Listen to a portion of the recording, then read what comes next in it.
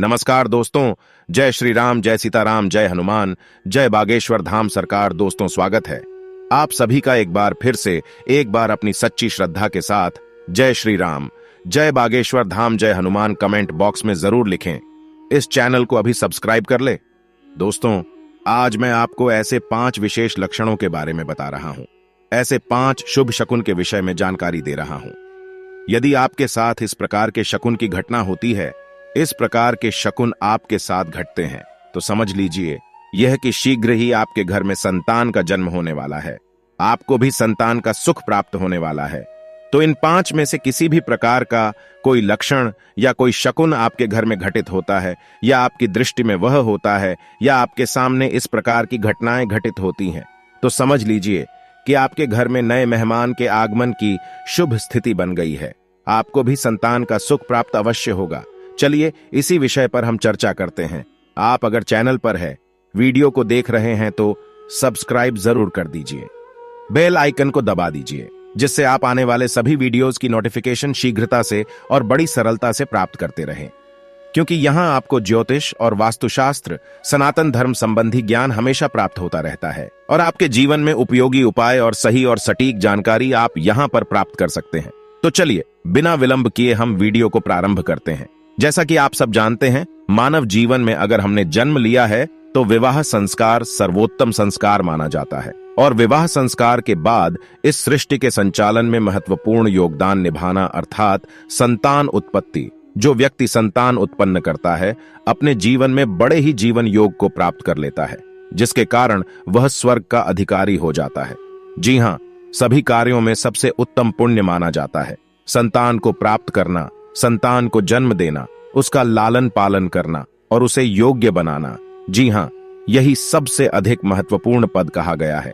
यहां तक कि धर्म ग्रंथों में कहा गया है कि जो पुरुष या स्त्री अपने पुत्र के पुत्र अर्थात अपने पौत्र का दर्शन कर लेता है, उसका मुख देख लेता है, तो ऐसे जातक का मोक्ष हो जाता है, ऐसे व्यक्ति का मुक्त हो जाता है, उसे स्वर्ग लोक की प्राप्ति हो जाती है। इसीलिए संतान का होना परम आवश्यक माना गया है। और संतान का सुख दुनिया में केवल एकमात्र ऐसा सुख है जो आपके जीवन में सबसे अनोखी और अद्भुत अनुभूति आपको कराता है, क्योंकि संतान का सुख बहुत ही अद्भुत और भाग्य से मिलने वाला सुख होता है, जिसे हर कोई प्राप्त करना चाहता है, लेकिन सभी की किस्मत बहुत अच्छी नहीं होती है, और आपकी संतान नहीं है, और आप संतान के लिए प्रयास कर रहे हैं, और काफी मेहनत के बाद भी, और काफी देवता का पूजन करने के बाद भी, और काफी डॉक्टर्स का परामर्श लेने के बाद भी, डॉक्टर्स के द्वारा इलाज करवाने के बाद भी अगर संतान प्राप्त नहीं हो रही है, और आपके साथ इस प्रकार की 5 घटनाएं घटित होती हैं, आपके आसपास इस प्रकार के शुभ शकुन यदि आपको देखने को मिले, तो 100% समझ लीजिए कि आपको अति शीघ्र संतान का सुख प्राप्त होने वाला है। आपको बहुत ही जल्द संतान का सुख मिल जाएगा। तो चलिए हम बात करते हैं। सबसे पहला जो शकुन है, यदि आपको यह दिखाई देता है तो इससे भी 100% कह सकते हैं कि शीघ्र ही संतान का सुख प्राप्त हो जाएगा। और सबसे पहला जो शकुन है वह है सपने में भगवान श्री कृष्ण के दर्शन होना। जी, आप भगवान श्री कृष्ण के अगर आपको स्वप्न में दर्शन होते हैं, और किसी भी प्रकार से आप भगवान श्री कृष्ण का सपने में पूजन करते हैं या उनका दर्शन करते हैं, तो समझ जाइए कि शीघ्र ही आपको संतान का सुख प्राप्त होने वाला है। आपके घर में नया मेहमान आने वाला है। दूसरा जो शुभ संकेत है, जो आसपास हमारी घटनाएं घटती हैं, उन्हीं से हमें इस विषय में अंदाजा लगा लेना चाहिए। दूसरा जो संकेत है सबसे प्रभावी और फल देने वाला माना जाता है और शुभ लक्षण माना जाता है, यह है कि मासिक धर्म के 5वें दिन, जिन स्त्री के मासिक धर्म के 5वें दिन यदि उसे कोई गाय दूध पिलाते हुए अगर दिख जाए, तो इस बात को समझ लीजिए कि आपके घर में भी शीघ्र ही संतान का जन्म होने वाला है, आपको भी संतान का सुख मिलने वाला है। अगला जो नियम है, यदि आपके घर में कोई मेहमान आता है और कोई भी अतिथि आपके घर में आता है, और घर में जैसे ही वो आता है तो बच्चों से संबंधित कोई भी खिलौना लेकर आता है, बच्चों के लिए चॉकलेट, बिस्कुट आदि यदि वह लेकर आता है, यहां पर विशेष रूप से खिलौने को बहुत अधिक महत्व देना चाहिए। यदि वह खिलौना लेकर आता है तो समझ लीजिए कि वह अतिथि आपके घर में एक नए मेहमान की खुशखबरी लेकर आया है, और आपको भी शीघ्र ही संतान का सुख प्राप्त होगा। जो आपको काफी समय से इंतजार कर रहे थे संतान के लिए, वह आपकी इच्छा शीघ्र ही पूरी होने वाली है। अगला जो संकेत है, जो चौथा शकुन है, शुभ संकेत है, वहीं यह है कि पति पत्नी के गर्भ धारण करते समय अर्थात रात्रिकालीन संभोग करते समय किसी भी बच्चे के रोने का स्वर उनके कानों में सुनाई देना, या फिर गाय के बछड़े का किसी भी प्रकार से स्टोर करना या चिल्लाना, इस प्रकार के शब्द यदि संभोग करते हुए स्त्री पुरुष के कारण में पड़ जाएं, तब भी आप समझ लीजिए कि इस बार आपका किया हुआ जो गर्भाधान है उससे आपको 100% संतान प्राप्त होगी। आपके गर्भ में स्थिर होकर आपको संतान का सुख जरूर दिला देगा। अगला जो शुभ संकेत है वह शुभ संकेत यह है कि भगवान का यदि आप पूजन कर रहे हैं और पूजन करते वक्त आप संतान के लिए प्रार्थना कर रहे हैं और संतान के लिए भगवान से स्तुति कर रहे हैं, उनसे प्रार्थना कर रहे हैं और संतान का वरदान आशीर्वाद अगर आप उनसे मांग रहे हैं, तो उस समय भगवान के ऊपर से पुष्प का खिसकना, माला का खिसकना या भगवान को चढ़ाए हुए फल का खिसकना या लड़खड़ाकर आपके पास आ जाना, यह स्थिति भी आपको संतान सुख देने के लिए सबसे ज्यादा महत्वपूर्ण और भगवान का आशीर्वाद स्वरूप में आपको यह प्राप्त होता है। यदि इस प्रकार की स्थिति आपको दिखाई दे तो समझ लीजिए कि 100% आपको संतान का सुख मिलने वाला है। आपके घर में कोई नया मेहमान आने वाला है जिसके साथ आप अपना पूरा जीवन व्यतीत करेंगे। संतान का सुख आपको प्राप्त होगा। जीवन में नित्य नए अवसर आपको प्राप्त होंगे। संतान से संबंधित जो परेशानी काफी समय से चली आ रही, बाधाएं दूर हो जाएगी और आपको भी संतान का सुख प्राप्त होगा। तो इसमें से किसी भी प्रकार का कोई भी लक्षण यदि आपको दिखाई दे तो आप समझ लीजिए कि आपको शीघ्र ही संतान का सुख प्राप्त हो जाएगा।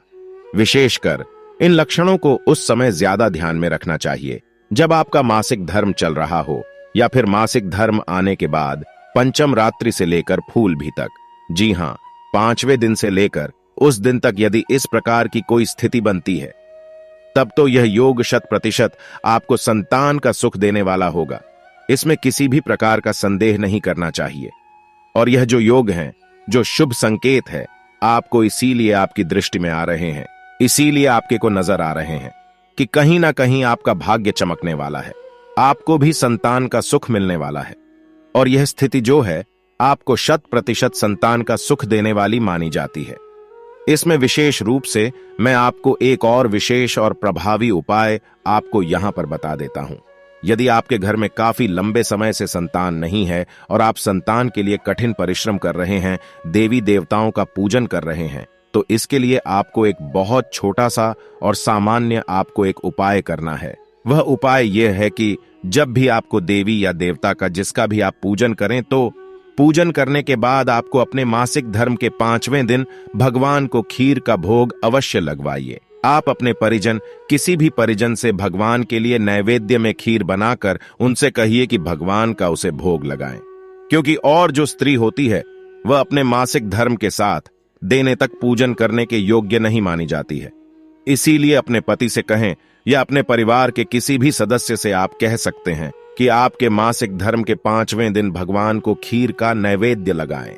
और खीर का नैवेद्य लगाने के बाद उस खीरे को आपको सूर्य की रोशनी में ले जाना है। पर आपको ध्यान में यह रखना है कि वह सूर्य का उदय का जो समय है, उसी समय आपको सूर्य की रोशनी में उस खीर को लेकर जाना है।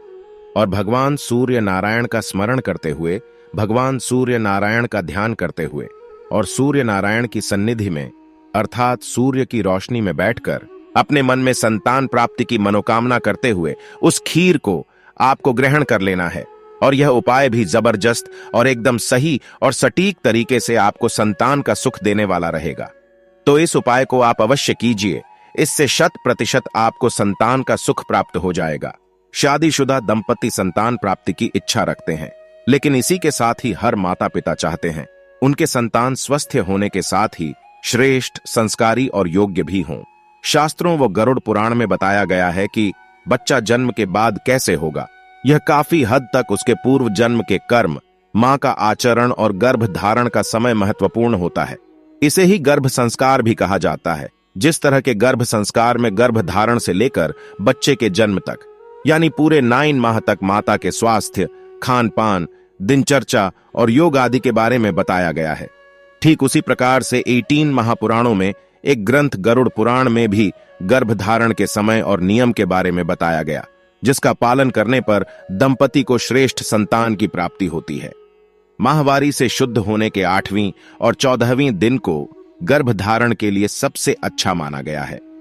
ऐसे संतान न सिर्फ योग्य होते हैं, बल्कि वे गुणवान, भाग्यशाली और कुशल व्यवहार वाले भी होते हैं। उम्मीद करते हैं दोस्तों की शास्त्रों की बताई हुई ये बातें आपको जरूर पसंद आई होगी।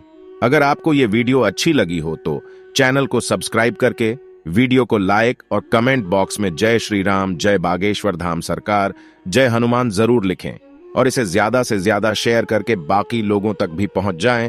तो मिलते हैं अगली वीडियो में, तब तक आप अपना ध्यान रखें, स्वस्थ रहें, सुरक्षित रहें। धन्यवाद।